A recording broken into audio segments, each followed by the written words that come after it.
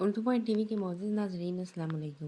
ایک بڑا قافلہ وسطی کنعان میں شہر سقم کی جانب رواں دواں تھا۔ قبیلے کے پروکار سردار حضرت یعقوب کی نگاہیں قافلے میں موجود ان گنت مویشیوں، بھیڑ بکریوں، اونٹوں پر لگی تھی تاکہ سفر میں کوئی خلل پیدا نہ ہو۔ گدھوں اور گاڑیوں پر سوار بچے اور عورتیں بھی برابر ان کی نظر میں تھے۔ قافلے میں ان کے غلام اور نوکر چاکر بھی شامل تھے جن کی تربیت پر انہیں ناز تھا، اور اب تو وہ ان کے گھرانے کا ایک حصہ بن چکے تھے۔ اس کے علاوہ ان کے 10 بڑے بیٹے بھی ان کے شریک سفر تھے۔ باپ کی ان پر کڑی نظر رہتی تھی کیونکہ وہ بالکل اپنی ماں پر گئے تھے۔ شام کے سائے گہرے ہونے لگے تھے۔ تھکا مانی سورج دھیرے دھیرے پہاڑ کی چوٹیوں کی اوٹ میں چھپنے لگا تھا۔ قافلہ اب بھی رواں دواں تھا۔ معزز ناظرین، آج کی ویڈیو میں ہم حضرت یوسف علیہ السلام کی زندگی کے بارے میں جانیں گے کہ حضرت یوسف علیہ السلام نے بچپن میں کیا خواب دیکھا اور بھائیوں نے ان کے ساتھ کیا سلوک کیا اور وہ مصر میں کیسے پہنچے اور ایک غلام سے تخت کا سفر۔ حضرت یوسف علیہ السلام نے بچپن میں خواب دیکھا کہ 11 ستارے، ایک سورج اور ایک چاند ان کو سجدہ کر رہے ہیں۔ حضرت یوسف علیہ السلام نے جب اپنے والد محترم حضرت یعقوب علیہ السلام کو اس خواب کے بارے میں بتایا تو انہوں نے کہا کہ ایک دن تم بہت بڑی سلطنت پاؤ گے۔ حضرت یوسف علیہ السلام کے بھائیوں کو ان سے پہلے ہی نفرت تھی اور اس خواب کے بعد ان کو آپ سے اور بھی نفرت ہو گئی۔ وہ اس طاق میں تھے کہ وہ کسی طرح حضرت یوسف علیہ السلام کو اپنے والد سے جدا کر دیں۔ ایک دن انہوں نے ارادہ کیا کہ آپ کو کسی جنگل میں لے جا کر چھوڑ دیتے ہیں اور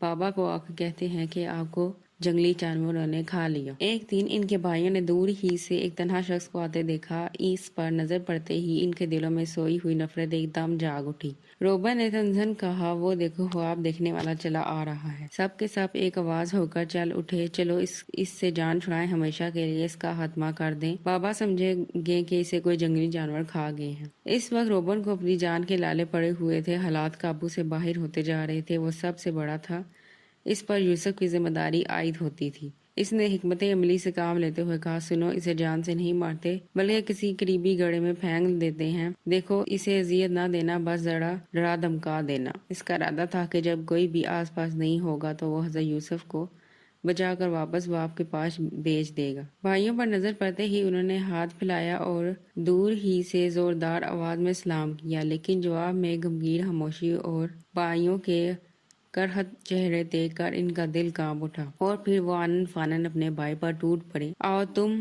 تو یہاں ہماری جاسوسی کرنے آئے ہو۔ انہوں نے حضرت یوسف کے جسم سے ان کے قبا کھینچ کر اتار دی۔ وہ درہم سے زمین پر آ گرے۔ شاموں نے اپنے بھاری پاؤں ان کی گردن پر رکھ دیے۔ بھائیوں نے اسے ایک رسی پکڑائی جس سے حضرت یوسف کو کس کا جکڑ دیا گیا۔ شروع میں حضرت یوسف اسے بھائیوں کا مذاق سمجھتے، لیکن اب وہ تلخ حقیقت نظروں کے سامنے آ چکی تھی۔ آپ کے بھائیوں نے آپ کو بہت مارا اور ایک قریبی کنویں میں ڈال دیا۔ جانے اس وقت ابلیس حضرت یوسف کے پاس کہاں سے آیا اور ان کے دماغ میں نئے نئے گمان ڈالنے لگا۔ اس نے ان کے کان میں ڈالا، خدا صرف ایک خواب ہے، تم لوگ کبھی بھی ایک قوم نہیں بنو گے اور نہ دنیا کے لیے برکت کا باعث ہی ہوگا۔ ابلیس انسان کا ازل سے ہی دشمن ہے، جیسا کہ ہم نے حضرت آدم علیہ السلام کی ویڈیو میں جانا تھا کہ کیسے ابلیس نے حضرت آدم علیہ السلام کو ورگلایا اور جنت سے نکالا۔ اس نے کے دل میں ڈالا کہ ذرا اپنے بھائیوں ہی کو دیکھ لو، خدا میں تو اتنی قدرت بھی نہیں کہ ان کے دل ہی بدل ڈالے۔ دماغ میں ایک عجیب سی کشمکش جاری تھی کہ اچانک وہ چونک پڑے۔ انہوں نے گھبرا کر اوپر دیکھا۔ بھائیوں کو دیکھ کر ڈھارسا باندھنے کی بجائے ان کے وجود میں خوف کی سرد لہر دوڑ گئی، اور پھر انہوں نے بڑے معنی خیز انداز میں ایک دوسرے سے نظریں ملائی اور ایک رسی کو نیچے اتارا۔ یہ پکڑو ذرا مضبوطی سے، اب ہم تمہیں اوپر کھینچ لیں گے۔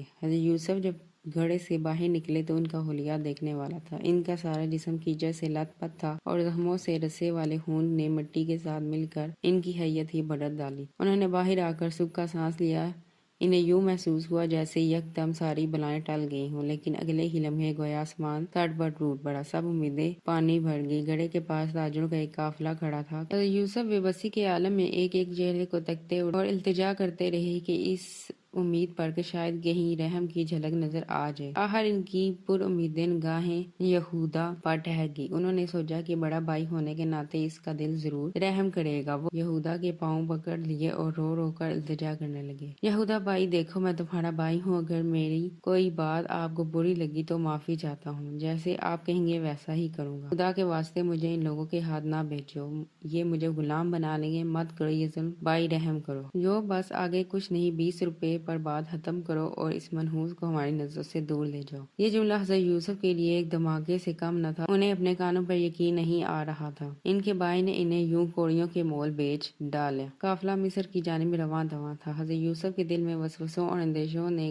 گھر کر رکھا تھا۔ سارے راستے وہ سسکیاں بھرتے رہے۔ یعقوب کی کڑاہٹ آواز فضا میں گونجی، اب ہم کوچ کریں گے، اور اس کے ساتھ ہی 3 عدد غلاموں سے، جن میں حضرت یوسف بھی شامل تھے، لدا پندہ روانہ ہو گیا۔ حضرت یوسف اپنے ہی خیالوں میں کھوئے ہوئے تھے، منزل کی طرف رواں تھا کہ اچانک یعقوب نے رکنے کا حکم دیا۔ اس کی نظر ایک مصری پر پڑی جس سے وہ بخوبی واقف تھا۔ وہ بڑی رازداری سے اس کے قریب گیا اور کہنے لگا، یا ابوالمعزز سپہ سالار پوطیفار کے لیے میرے پاس ایک خاص غلام ہے۔ اس مصری نے کاروباری تاجر کو تکبرانہ انداز میں سر سے لے کر پاؤں تک دیکھا اور بلند آواز میں بولا، پوطیفار کے لیے جانتے ہو بہترین چیز ہونی چاہیے۔ اس کا تعلق اعلیٰ معزز گھرانے سے ہے جسے ہر چیز بہترین معیار کی درکار ہوتی ہے۔ یعقوب کی آنکھیں چمک اٹھی، کیا میں یہ سب کچھ نہیں جانتا؟ آؤ خود اپنی آنکھوں سے دیکھ لو۔ جو ہی یعقوب کی نظر حضرت یوسف کے کٹے ہوئے جسم پر پڑی تو ہوش ہو گیا۔ یعقوب نے اپنے اس جوان غلام کی تمام تر خوبیاں بڑی سرگرمی سے گنوانا شروع کر دی۔ جب یعقوب حضرت یوسف کو لے جا رہا تھا تو ان کے چہرے پر غم کے گہرے سائے پھیلتے ہوئے تھے۔ جناب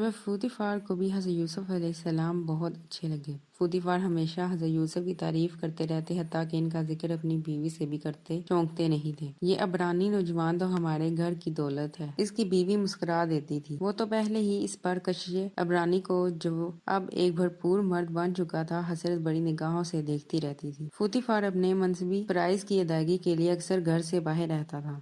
ان کی غیر موجودگی میں اس کی بیوی بیزاری اور تنہائی کا شکار رہتی تھی۔ ایک دن اس نے حضرت یوسف علیہ السلام کو اپنے کمرے میں بلایا۔ حضرت یوسف علیہ السلام بادل سعادہ بیگم کی خوابگاہ میں پہنچے تو وہاں کوئی غلام یا لونڈی نہ پائی تو پریشان ہو گئے۔ حضرت یوسف علیہ السلام نے جب ساتوں دروازوں کو بند پایا تو اللہ تعالیٰ پہ بھروسہ رکھ کے ایک دروازے کی طرف بھاگے اور سارے دروازے کھل گئے۔ باہر جناب پوطیفار کھڑے تھے۔ حضرت یوسف علیہ السلام نے سارا قصہ سنایا۔ جناب پوطیفار کو حضرت یوسف علیہ السلام پر یقین نہ آیا۔ انہوں نے کہا کہ اس کی دلائل دی جائے۔ حضرت یوسف علیہ السلام نے اللہ تعالیٰ کے حکم کے مطابق کسی نو مولود بچے کو بلایا جو کہ ابھی بول نہیں سکتا تھا۔ انہوں نے کہا کہ یہ میری گواہی دے گا۔ حضرت یوسف علیہ السلام نے جب اس بچے کے سر پر ہاتھ رکھا تو اس بچے نے جواب دیا کہ اگر حضرت یوسف علیہ السلام کی قمیض آگے سے پھٹی ہوئی تو حضرت یوسف علیہ السلام جھوٹے ہیں، اور اگر پیچھے سے تو زلیخا جھوٹی ہوگی۔ جب دیکھا گیا تو حضرت یوسف علیہ السلام کی کرتی پیچھے سے پھٹی ہوئی تھی۔ اس کے بعد جناب پوطیفار نے حضرت یوسف علیہ السلام کو قید میں ڈال دی۔ کافی عرصہ قید میں رہنے کے بعد ایک دفعہ ایک عزیز مصر نے خواب دیکھا کہ 7 دبلی پتلی گائیں ہیں اور 7 موٹی گائیں،